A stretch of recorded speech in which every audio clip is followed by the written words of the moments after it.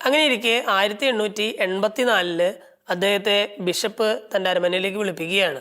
അവിടെയുള്ള അരമനയിലുള്ള ചാപ്പലിൽ എന്നിട്ട് അദ്ദേഹത്തോട് പറയും, മുട്ടുകുത്തി എന്ന് ദൈവത്തോട് പ്രാർത്ഥിക്കാൻ പറയും. അങ്ങനെ മുട്ടുകുത്തി എന്ന് പ്രാർത്ഥിക്കുന്ന ജോസഫിൻ്റെ കയ്യിലേക്ക് ഒരു കവർ വെച്ച് നീട്ടുകയാണ്, ഒരു ലെറ്റർ വെച്ച് നീട്ടുകയാണ്. എന്നിട്ട് പറയും അത് തുറന്നു വായിക്കാൻ പറയും. ഈ ജോസഫ് സാർത്തോ ഈ ലെറ്റർ തുറന്ന് വായിച്ചു കഴിയുമ്പോൾ ജോസഫിൻ്റെ കണ്ണുകളൊക്കെ നിറഞ്ഞൊഴുകുന്നുണ്ട്. പിതാവിനോട് ഇദ്ദേഹം പറയും, പിതാവേ, ഈ സ്ഥാനത്തിന് ഞാൻ യോഗ്യനൊന്നുമല്ല.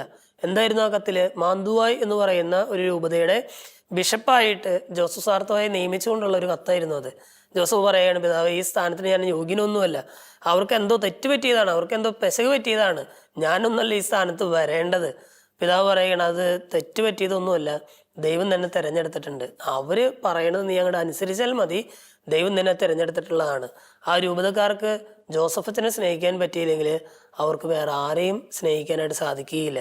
അങ്ങനെ മാന്തുവായ് രൂപതയുടെ മെത്രാനായിട്ട് നമ്മുടെ ജോസഫ് സാർത്തോ ചാർജ് എടുക്കുകയാണ്. അദ്ദേഹത്തിൻ്റെ ആദ്യത്തെ ശ്രദ്ധ പോയത് സെമിനാരി ഫോർമേഷനിലായിരുന്നു. ഒരു രൂപത നല്ല രീതിയിൽ മുന്നോട്ട് പോകണമെന്നുണ്ടെങ്കിൽ, ഇപ്പോഴായാലും ഭാവിയിലായാലും നല്ല രീതിയിൽ മുന്നോട്ട് പോകണമെന്നുണ്ടെങ്കിൽ നല്ല വിശുദ്ധിയുള്ള വിജ്ഞാനമുള്ള വൈദികരെ രൂപത വാർത്തെടുക്കണമെന്ന് അദ്ദേഹം ചിന്തിച്ചിരുന്നു. അതുകൊണ്ട് തന്നെ രൂപതയിലെ സെമിനാരി കെട്ടിടം പുതുക്കി പണിയുന്നതിലായിരുന്നു അദ്ദേഹത്തിൻ്റെ ആദ്യത്തെ ശ്രദ്ധ.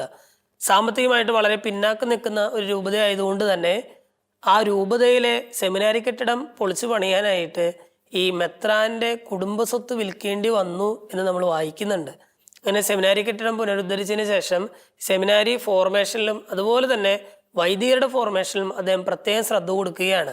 ഫ്രീ മേസൺസ് എന്ന് പറയുന്ന ഒരു ഗ്രൂപ്പ് ഉണ്ട് ആ നാട്ടില്. സഭയ്ക്ക് എതിരെ നിൽക്കുന്ന, വിശ്വാസ ജീവിതത്തിനെതിരെ നിൽക്കുന്ന ആളുകളുടെ ഒരു സംഘടന ഫ്രീ മേസൺസ് എന്ന് പറയുന്ന ഒരു ഗ്രൂപ്പ് ഉണ്ട്.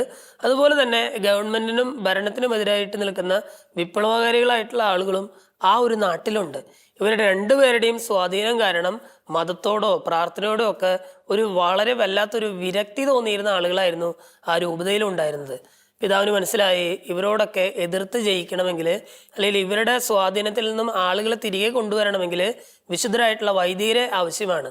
പിന്നെ വൈദികര് വിശുദ്ധരാകണം എന്നുള്ള വലിയൊരു ആഗ്രഹം ഈ പിതാവിൻ്റെ മനസ്സിൽ രൂപപ്പെടുകയും അതിനനുസരിച്ചുള്ള പ്രോഗ്രാമുകൾ ഇദ്ദേഹം ആ രൂപതയിൽ ആവിഷ്കരിക്കുകയും ചെയ്യുകയാണ്.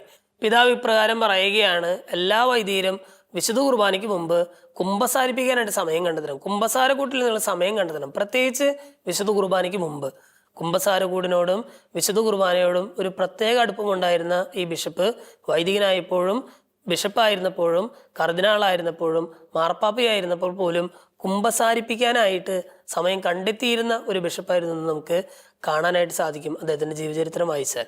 മാന്തുവായ് രൂപതയിലെ ബിഷപ്പ് എന്ന സ്ഥാനം വളരെ ഭംഗിയായിട്ട് ജോസഫ് സാർത്ത് മുന്നോട്ട് കൊണ്ടുപോകുന്നതിനിടയ്ക്കായിരുന്നു 1893 വെനീസിലെ പാത്രിയാർക്കീസായിട്ട് അദ്ദേഹം തെരഞ്ഞെടുക്കപ്പെട്ടത്. വെനീസിലെ പാത്രിയാർക്കീസിന്റെ കസേര ഒഴിഞ്ഞു കിടക്കുന്ന ഒഴിവിലേക്ക് ആരെ നിയമിക്കണമെന്ന് ലിയോ 13 പാപ്പയ്ക്ക്, അന്നത്തെ മാർപ്പാപ്പയായിരുന്ന ലിയോ 13 പാപ്പയ്ക്ക് രണ്ടാമതൊന്നും ആലോചിക്കേണ്ടതായിട്ട് വന്നിരുന്നില്ല. കാരണം ജോസഫ് സാർത്തോ എന്ന് പറയുന്ന വളരെ പ്രഗത്ഭനായിട്ടുള്ളൊരു മെത്രാൻ തൻ്റെ മുമ്പിൽ ഇങ്ങനെ നിറഞ്ഞു നിൽക്കുന്ന ഒരു സമയമാണ്. അദ്ദേഹം ജോസഫ് സാർത്തോയെ വെനീസിലെ പാത്രിയാർക്കീസായിട്ട് നിയമിക്കുകയാണ്. മാന്തുവായ് രൂപതയിൽ ഉണ്ടായിരുന്നതിനേക്കാളും ഏറെ ഈ ഫ്രീ മേസൺസ് ഗ്രൂപ്പിന് സ്വാധീനമുണ്ടായിരുന്ന ഒരിടമായിരുന്നു ഈ വെനീസ് എന്ന് പറയുന്ന അതിരൂപത. അദ്ദേഹത്തെ അവിടുത്തെ പാത്രിയാർക്കീസ് ആക്കിയത് ഈ ഫ്രീ മേസൺസ് ഗ്രൂപ്പിന് ഒട്ടും ഇഷ്ടപ്പെട്ടില്ല. കാരണം അവിടുത്തെ ഒരു പ്രത്യേക സാഹചര്യം അനുസരിച്ച്, രാഷ്ട്രീയ പശ്ചാത്തലം അനുസരിച്ച് സഭയുടെ കാര്യങ്ങളിൽ ഒരു പരിധി വരെ അതിനുള്ള കാര്യങ്ങൾ തീരുമാനിക്കാനുള്ള അധികാരം ഈ ഫ്രീ മേസൺസ് ഗ്രൂപ്പിന് ഉണ്ടായിരുന്നു എന്നുള്ളതാണ്. എന്ന് പറഞ്ഞാൽ പുതിയ ഒരു പാത്രിയാർക്കീസിനെ നിയമിക്കണം എന്നുണ്ടെങ്കിൽ ഞങ്ങളുടെ കൂടെ അഭിപ്രായം അറിഞ്ഞതിന് ശേഷം വേണം അങ്ങനെ ഒരു പുതിയ പാത്രിയാർക്കീസിനൊക്കെ അവിടെ വെക്കാനായിട്ട്. ലിയോ 13 പാപ്പ ഒരിക്കലും ഈ ഫ്രീ മേസൺസിന്റെ കൂട്ട് ചേരുന്നവനായിരുന്നില്ല. അതുകൊണ്ട് തന്നെ ജോസഫ് സാർത്തോയെ വെനീസിലെ പാത്രിയാർക്കീസാക്കി നിയമിച്ചപ്പോൾ അദ്ദേഹം ഒരിക്കലും ഈ ഫ്രീ മേസൺസിനോട് ഒരു അഭിപ്രായം ചോദിച്ചിരുന്നില്ല. അത് അവർ ചൊടിപ്പിച്ചു. അതുകൊണ്ട് തന്നെ ഫ്രീ മേസൺസിന്റെ നിർബന്ധപ്രകാരം 18 മാസത്തോളം വെനീസിൽ നിന്ന് കാലുകുത്താൻ പോലും അദ്ദേഹത്തിന് സാധിക്കുന്നില്ല. 18 മാസം കഴിഞ്ഞപ്പോഴേക്കും ഈ ഫ്രീ മേസൺസിന്റെ പിടിയൊന്നും അയയുന്നു. അവർ വിചാരിക്കുന്നു ഇനിയും ഈ സ്ഥിതി മുന്നോട്ട് പോയാൽ ജനങ്ങൾ തങ്ങൾക്കെതിരാകും. അതുകൊണ്ട് തന്നെ അവര് ഈ നിയമനത്തെ അംഗീകരിക്കുകയാണ്. പക്ഷെ കഥയിൽ വന്ന ഒരു മാറ്റം ഇതാണ്, ഈ 18 മാസം കൊണ്ട് ജോസഫ് സാർത്ത് എന്ന് പറയുന്ന മനുഷ്യൻ ആകെ മാറിപ്പോയിരുന്നു. കാരണം വളരെ ശാന്തനായിട്ട് വളരെ വിനീതനായിട്ട് മാന്തുവായി രൂപതയെ നയിച്ചിരുന്ന ഒരു ബിഷപ്പിനെ അല്ല വെനീസിലെ പാത്രിയാർക്കീയ സാഹിബ് കണ്ടത്. വളരെ ശക്തിയുക്തം ഫ്രീമേസൺസിനെ കടന്നാക്രമിക്കുന്ന ആ തരത്തിലുള്ള പ്രവർത്തനങ്ങളുമായിട്ട് മുന്നോട്ട് പോകുന്ന ഒരു പാത്രിയാർക്കീസിനെയാണ് നമ്മൾ വെനീസിലെ പാത്രിയാർക്കീസ് ആയിരുന്ന ജോസഫ് സാർത്തോയിൽ കാണുന്നത്. വളരെ ശാന്തനായിരുന്ന ഒരു മനുഷ്യൻ, വളരെ ധീരനും ശക്തനുമായിട്ട് സഭയ്ക്കെതിരെ വരുന്ന ശത്രുക്കളോട് പോരാടുന്ന ഒരു രീതിയാണ് വെനീസിലെ നമ്മൾ ജോസഫ് സാർത്തോയിൽ കണ്ടുവരുന്നത്. വെനീസിലെ പാത്രിയാർക്കീസ് ആയിരുന്ന സമയത്ത് ഏറ്റവും പ്രധാനപ്പെട്ട 3 കാര്യങ്ങളാണ് അദ്ദേഹം ചെയ്തത്. ഒന്ന്, സ്ഥിരം ചെയ്യാറുള്ളത് പോലെ തന്നെ സെമിനാരി ഫോർമേഷനിൽ അദ്ദേഹം വളരെ ശ്രദ്ധ കൊടുത്തു. അവിടുത്തെ സെമിനാരി ഫോർമേഷനും വൈദികരുടെ ഫോർമേഷനിലും വളരെയധികം ശ്രദ്ധിച്ചു. രണ്ടാമതായിട്ട് ലിറ്റർജിയുടെ കാര്യത്തിൽ ഇത്തിരി കൂടി ശ്രദ്ധിച്ചു.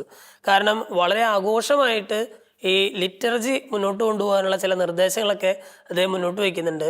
മൂന്നാമതായിട്ട് വളരെ വിപ്ലവാത്മകപരമായിട്ടുള്ള ഒരു തീരുമാനം എടുത്തതായിരുന്നു, സഭയുടെ കാര്യത്തിൽ ഈ രാഷ്ട്രീയം ഇടപെടേണ്ട കാര്യമൊന്നുമില്ല, സഭയുടെ കാര്യം സഭ നോക്കിക്കോളാം, അല്ല ദൈവത്തിനുള്ള ദൈവത്തിനും സീസണിനുള്ള സീസണിനും എന്ന് പറയുന്നത് പോലെ സഭയുടെ കാര്യത്തിൽ രാഷ്ട്രീയത്തെ വലിച്ചഴിക്കേണ്ട കാര്യമൊന്നുമില്ല. അപ്പോൾ ആ ഒറ്റ തീരുമാനത്തിലൂടെ ഇവിടെയുള്ള ഫ്രീമേസൺസിനും അതുപോലെ തന്നെ ആ സമൂഹത്തിൽ ഉണ്ടായിരുന്ന ചില വിപ്ലവകാരികൾക്കും സഭയിൽ ഉണ്ടായിരുന്ന ഒരു പിടുത്തം അതൊക്കെ പതുക്കെ അഴിഞ്ഞു തുടങ്ങി എന്നുള്ളതാണ്. ഈ 3 കാര്യങ്ങളാണ് പ്രധാനമായിട്ടും ഇദ്ദേഹം വെനീസിലെ പാത്രിയാർക്കീസ് ആയിരുന്ന സമയത്ത് ഇദ്ദേഹം ചെയ്യുന്നത്. 1903 ലിയോ 13 പാപ്പ ദിവംഗതനായി. അദ്ദേഹത്തിന്റെ മരണത്തെ തുടർന്ന് കർദിനാളന്മാരെല്ലാവരും കൂടിയിട്ട് കോൺക്ലേവ് കൂടി. പക്ഷേ ആ കോൺക്ലേവിൽ ഈ ജോസഫ് സാർത്തോ മാർപ്പാപ്പയായിട്ട് തിരഞ്ഞെടുക്കപ്പെടാനായിട്ടുള്ള യാതൊരു വക സാധ്യതയും ആരും കൽപ്പിച്ചിരുന്നില്ല. അന്നത്തെ വത്തിക്കാന്റെ സ്റ്റേറ്റ് സെക്രട്ടറി ആയിരുന്ന ഒരു കർദിനാളിനെ ആയിരുന്നു അവരെല്ലാവരും മാർപ്പാപ്പയാകും എന്ന് കരുതിയിരുന്നത്. പക്ഷേ ഒന്നാമത്തെ വോട്ടിംഗ് കഴിഞ്ഞപ്പോൾ ആർക്കും വ്യക്തമായ ഭൂരിപക്ഷം കിട്ടാത്ത ഒരവസ്ഥ വന്നു. രണ്ടാമത്തെ വോട്ടിങ്ങിലും അത് തന്നെ അവസ്ഥ, മൂന്നാമത്തെ വോട്ടിങ്ങിലും അത് തന്നെ അവസ്ഥ. 4ാമത്തെ വോട്ടിങ് കഴിഞ്ഞ് 5ാമത്തെ വോട്ടിങ്ങിലാണ് ജോസഫ് സാർത്തോയെ, അപ്പോഴേക്കും ജോസഫ് സാർത്തോ എന്നുള്ള പേര് അവിടെ എല്ലാം മുഴങ്ങി കേട്ടു. 5ാമത്തെ വോട്ടിങ്ങിൽ ജോസഫ് സാർത്തോയെ മാർപ്പാപ്പയായിട്ട് സഭയുടെ പുതിയ അമരക്കാരനായിട്ട് ഈ കർദിനാൾമാരുടെ സംഘം തിരഞ്ഞെടുക്കുകയാണ്. അദ്ദേഹം അന്ന് തിരഞ്ഞെടുത്ത നാമം 10ാം പിയൂസ് എന്ന് പറയുന്ന നാമമാണ്. അങ്ങനെ സഭയുടെ പുതിയ അമരക്കാരനായിട്ട് 10ാം പിയൂസ് മാർപ്പാപ്പ ചാർജ് എടുക്കുകയാണ്. മാർപ്പാപ്പയായിരുന്ന വിശുദ്ധ 10ാം പിയൂസിന്റെ ജീവചരിത്രം നമ്മൾ വായിച്ചു നോക്കുമ്പോൾ മാർപ്പാപ്പയായിരുന്ന കാലഘട്ടത്തിൽ അദ്ദേഹം സവിശേഷ ശ്രദ്ധ കൊടുത്ത 3 കാര്യങ്ങൾ നമുക്ക് കണ്ടുപിടിക്കാനായിട്ട് സാധിക്കും. ഒന്നാമത്തെ കാര്യം, സാധാരണ ചെയ്യാറുള്ളത് പോലെ തന്നെ ദേവാലയ സംഗീതത്തിനും ദേവാലയ തിരുക്കർമ്മങ്ങൾക്കും അദ്ദേഹം ലിറ്റർജിക്ക് വളരെ പ്രാധാന്യം കൊടുത്തു എന്നുള്ളതാണ്. എത്ര ആഘോഷകരമായിട്ട് ലിറ്റർജി നിങ്ങൾക്ക് മുന്നോട്ട് കൊണ്ടുപോകാൻ സാധിക്കുമോ അത്രയും ആഘോഷമായി തന്നെ ലിറ്റർജി മുന്നോട്ട് കൊണ്ടുപോകണം എന്ന് അദ്ദേഹം നിർദ്ദേശിച്ചു. രണ്ടാമതായിട്ട് സെമിനാരിക്കാരുടെ കാര്യത്തിലുള്ള ശ്രദ്ധ പോലെ തന്നെ വൈദികരുടെ കാര്യത്തിൽ അദ്ദേഹം മാർപ്പാപ്പയായിരുന്നപ്പോൾ ഒരു പടി കൂടി കടന്ന് വൈദികരുടെ കാര്യത്തിലും കൂടി ഇത്തിരി കൂടി ശ്രദ്ധ കൊടുക്കാനായിട്ട് അദ്ദേഹം സഭയെ ഉദ്ബോധിപ്പിക്കുകയാണ്. കാരണം വിശുദ്ധനായിട്ടുള്ള ഒരു വൈദികനുണ്ടെങ്കിൽ മാത്രമേ ഒരു സമൂഹം വിശുദ്ധമായി നിലനിൽക്കുകയുള്ളൂ എന്ന് അദ്ദേഹം വിശ്വസിച്ചിരുന്നു. അതുകൊണ്ട് തന്നെ വൈദികർക്ക് വേണ്ട കാര്യങ്ങളെല്ലാം വളരെ ഭംഗിയായി തന്നെ മുന്നോട്ട് കൊണ്ടുപോകാനായിട്ട് അദ്ദേഹം സഭയെ ഉത്ബോധിപ്പിക്കുകയാണ്. മൂന്നാമതായിട്ട് കുട്ടികളുടെ വിശ്വാസ പരിശീലനത്തിന്റെ കാര്യത്തിലാണ്. സഭയുടെ എല്ലാ വിദ്യാഭ്യാസ സ്ഥാപനങ്ങളിലും വിശ്വാസ പരിശീലനത്തിനുള്ള സംവിധാനം ഒരുക്കണമെന്ന് അദ്ദേഹം നിർദ്ദേശിക്കുന്നു. കുട്ടികളുടെ വിശ്വാസ പരിശീലനത്തിന് ഒരു പ്രത്യേക പ്രാധാന്യം കൊടുത്ത് മുന്നോട്ട് കൊണ്ടുപോകാനായിട്ട് ഇദ്ദേഹം സഭയെ ഉദ്ബോധിപ്പിക്കുകയാണ്. കുട്ടികൾക്ക് ആദ്യ കുർബാന സ്വീകരണത്തിനുള്ള ഒരു വയസ്സൊക്കെ അന്ന് നിശ്ചയിച്ചിരുന്നു. 11 വയസ്സ് കഴിഞ്ഞവർ മാത്രമേ ആദ്യ കുർബാന സ്വീകരണം നടത്താൻ പാടുകയുള്ളൂ എന്നുള്ളതായിരുന്നു അക്കാലത്തെ നിയമം. എന്നാൽ പിയൂസ് 10ാമൻ പാപ്പ ഈ നിയമത്തിന് ഏറെക്കുറെ എതിരായിരുന്നു. കാരണം അദ്ദേഹത്തിന് ഒരു ബോധ്യം, വിശുദ്ധ കുർബാന സ്വീകരിക്കുമ്പോൾ ഞാൻ ഈശോയെയാണ് സ്വീകരിക്കുന്നത് എന്നുള്ളൊരു ബോധ്യം വന്ന ഒരു കുഞ്ഞിന് ആദ്യ കുർബാന സ്വീകരണം നൽകാമെന്നുള്ളതായിരുന്നു. ഒരു ദിവസം അദ്ദേഹം മാർപ്പാപ്പയായിരിക്കുന്ന സമയത്ത് ഒരു അമ്മയും കുഞ്ഞും കയറി വരുന്നു. ഈ കുഞ്ഞിനെ പരിചയപ്പെടുത്തുന്നതിനിടയിൽ ഈ അമ്മ പറയുകയാണ്, ഇവന് 4 വയസ്സായി, കുറച്ച് കൊല്ലങ്ങൾ കൂടി കഴിയുമ്പോൾ ഇവന് വിശുദ്ധ കുർബാന കൊടുക്കണം എന്ന് എനിക്ക് ആഗ്രഹമുണ്ട്. അപ്പൊ ഈ കുഞ്ഞിനോട് മാർപ്പാപ്പ ചോദിക്കുകയാണ്, മോനെ നീ വിശുദ്ധ കുർബാന സ്വീകരിക്കുമ്പോൾ നീ ആരെയാണ് സ്വീകരിക്കുന്നത്? ഞാൻ ഈശോയാണ് സ്വീകരിക്കുന്നത്.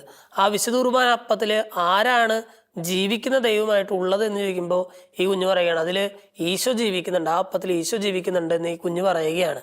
മാർപ്പാപ്പ പറയുകയാണ്, നാളെ ഈ അമ്മയോട് പറയുകയാണ്, നാളെ ഈ കുഞ്ഞിനെ കൊണ്ട് എൻ്റെ കുർബാനയ്ക്ക് വരിക, ഞാനിവന് ആദ്യ കുർബാന സ്വീകരണം നൽകുമെന്ന് പറയുകയാണ്.